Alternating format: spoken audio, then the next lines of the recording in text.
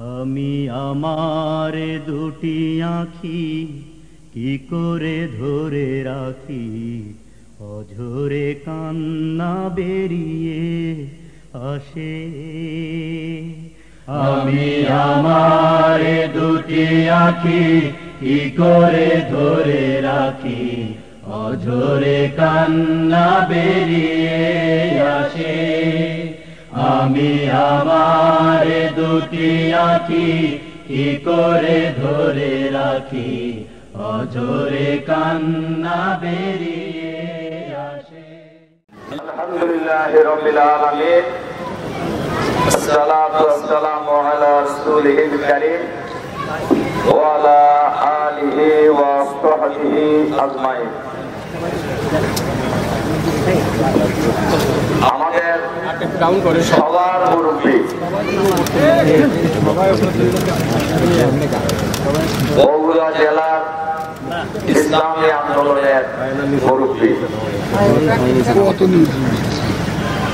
আমাদের সকলের শ্রদ্ধেয় নেতা হযরত মাওলানা তায়েব আলী সাহেব গতকালকে আল্লাহ তাআলার ডাকে সাড়া দিয়ে এই পৃথিবী থেকে বিদায় নিয়েছেন। ইন্না লিল্লাহি ওয়া ইন্না ইলাইহি রাজিউন। আমরা আজকের এই জানাজার পূর্ব মুহূর্তে আমরা অনেকেই উপস্থিত হয়েছি, হাজার হাজার মানুষ আমরা এখানে উপস্থিত হয়েছি। আমরা কেউই জানি না আমাদের জানাজায় কখন মানুষের ভাবে দাঁড়ায় যাবে। কাজেই প্রত্যেক ব্যক্তিকেই মৃত্যুর স্বাদ গ্রহণ করতে হবে, এ থেকে বাঁচার কোন উপায় কারোরই নাই। এজন্য আজকে আমরা এই মরহুমের জন্য আল্লাহ তাআলার দরবারে দোয়া করব, আল্লাহ তাআলা যেন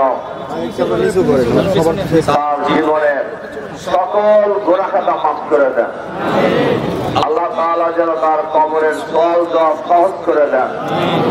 আল্লাহ তাআলা যেন তার কবরকে নূর দিয়ে ভরে দেন। আল্লাহ তাআলা যেন তাকে জান্নাতের সর্বোচ্চ মর্যাদা জান্নাতুল ফেরদাউস দান করেন। আল্লাহ তাআলা যেন তার শোক সন্তপ্ত পরিবারকে ধৈর্য ধারণ করার তৌফিক দান করেন। আর এখানে যারা আমরা উপস্থিত হয়েছি, আমাদের জন্য আমরা দোয়া করব, আল্লাহ তাআলা যেন আমাদের সত্যিকার ভাবে আল্লাহর একজন গোলাম হিসাবে, একজন দায়ী হিসাবে আমরা যেন আল্লাহর দরবারে উপস্থিত হতে পারি। আল্লাহ যেন আমাদের সেই তৌফিক দান করেন। সম্মানিত সুধী মণ্ডলী, ভাই এবং বন্ধুগণ, মারা যাওয়ার হাত থেকে যারা আমরা আজকে অনেকবারই শুনলাম, অনেকেই বলেছেন কারোরই উপায় নেই, কিন্তু মারা গেলেই কি শেষ? না। ইন্নামা তুওয়াফাউনা উজুরাকুম ইয়াওমাল কিয়ামাহ। কিয়ামতের দিন মানুষ দুনিয়ায় ভালো মন্দ যা করছে সব হিসাব নিকাশ তাকে বুঝায় দাও। ফামান যুরজিআ আনিন নার ওয়া উদখিলাল জান্নাহ ফাকাদ ফাজ। যে ব্যক্তি জাহান্নামের ভয়াবহ আযাব থেকে রক্ষা পেয়ে জান্নাতে যেতে পারবেন, তিনি হলেন সফল। তিনি হলেন আপনার দুনিয়ায় চেয়ারম্যান হলেন, মেম্বার হলেন, এমপি হলেন, মন্ত্রী হলেন, প্রধানমন্ত্রী হলেন, কোটিপতি হলেন না কি হলেন, এটা কোনো বড় বিষয় নয়। বড় বিষয় হলো আমরা জাহান্নাম থেকে রক্ষা পেয়ে জান্নাতে যেতে পারলাম কিনা। এটা হলো একজন মানুষের জন্য সফলতার মাপকাঠি। এটা হলো একজন ইমানদারের জন্য কি সফলতা মাপকাঠি। সম্মানিত সুধী মণ্ডলী, আমাদের মাওলানা তায়েব আলী সাহেব, আমাদের সাহাবুদ্দিন ভাই একটু বলছে, অনেকে একটু বলছেন, আমি দেখেছি এই বগুড়া জেলায় এই ফেস্টিভ্যালের আমলে কোন জায়গায় আমরা মিটিং করতে পারতাম না। ওনার বাসা ছিল আমাদের মিটিং এর জায়গা।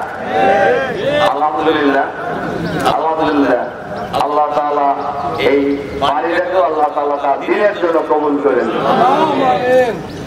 সম্মানিত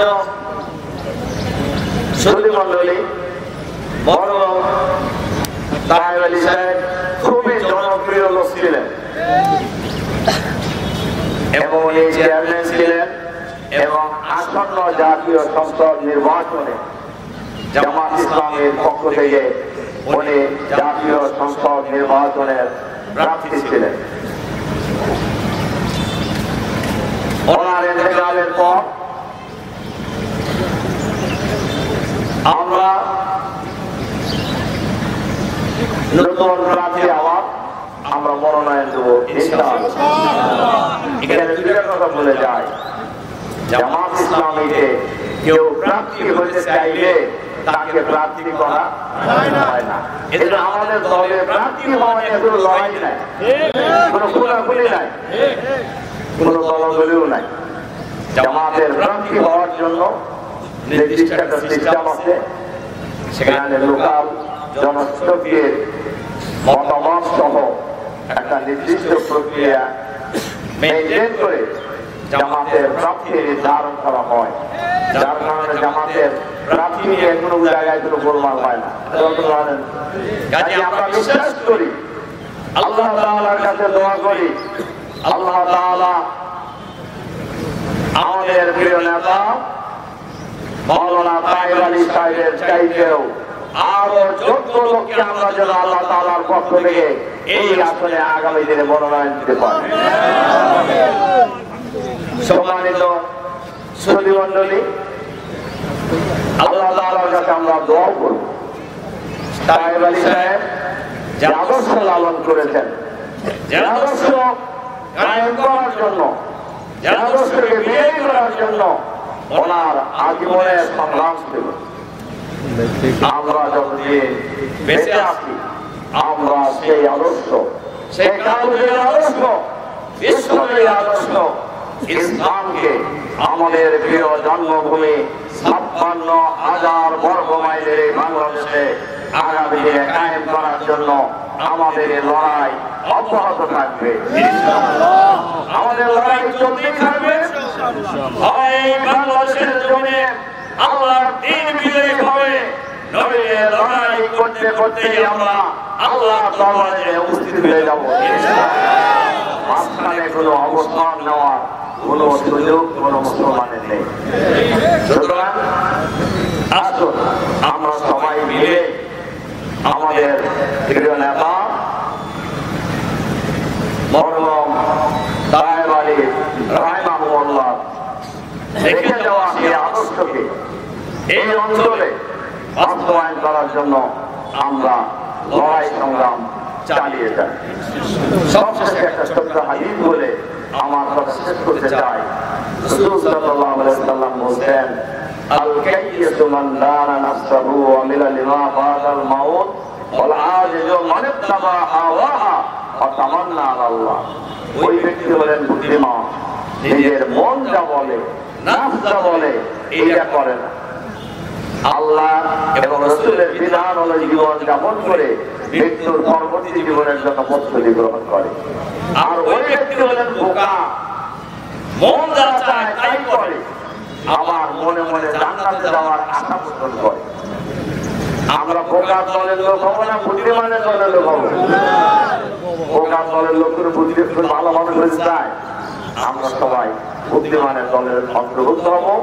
আমাদের জীবন থাকতে আল্লাহ এবং রাসূলের বিধান আমরা ত্যাগ করবো না ইনশাআল্লাহ। আবারও আমি আমাদের নেতা মরহুম তাহের আলী রাহিমাহুল্লাহর জন্য আল্লাহর দরবারে দোয়া করছি, আল্লাহ তাআলা যেন তাকে জান্নাতের সর্বোচ্চ মর্যাদা দান করেন, তার পরিবার পরিজনকে আল্লাহ তাআলা যেন ধৈর্য ধারণ করার তৌফিক দান করেন। আমরা যারা তার সঙ্গে সাথে আছি আমাদেরকে যেন জীবনের শেষ মুহূর্ত পর্যন্ত একামতের দিনের এই আন্দোলনে আল্লাহ তাআলা যেন আমাদেরকে ইস্তেকামাত রাখেন, দৃঢ় রাখেন, সামনে এগিয়ে যাওয়ার তৌফিক দান করেন। এই কয়টা কথা বলে আপনাদের প্রতি আমারও আন্তরিক সালাম এবং মোবারকবাদ জানিয়ে আমার কথা এখানে শেষ করছি। আল্লাহ হাফেজ। আসসালামু আলাইকুম ওয়া রাহমাতুল্লাহি ওয়া বারাকাতুহু।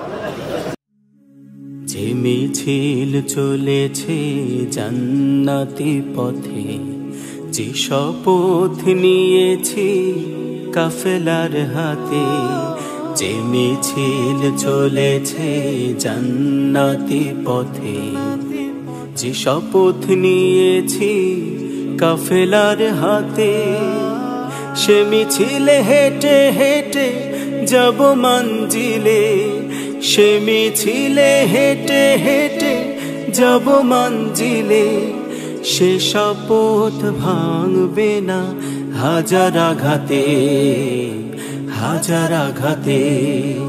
যে মিছিল চলেছে জান্নাতি পথে, যে শপথ নিয়েছি কাফেলার হাতে, কাফেলার হাতে।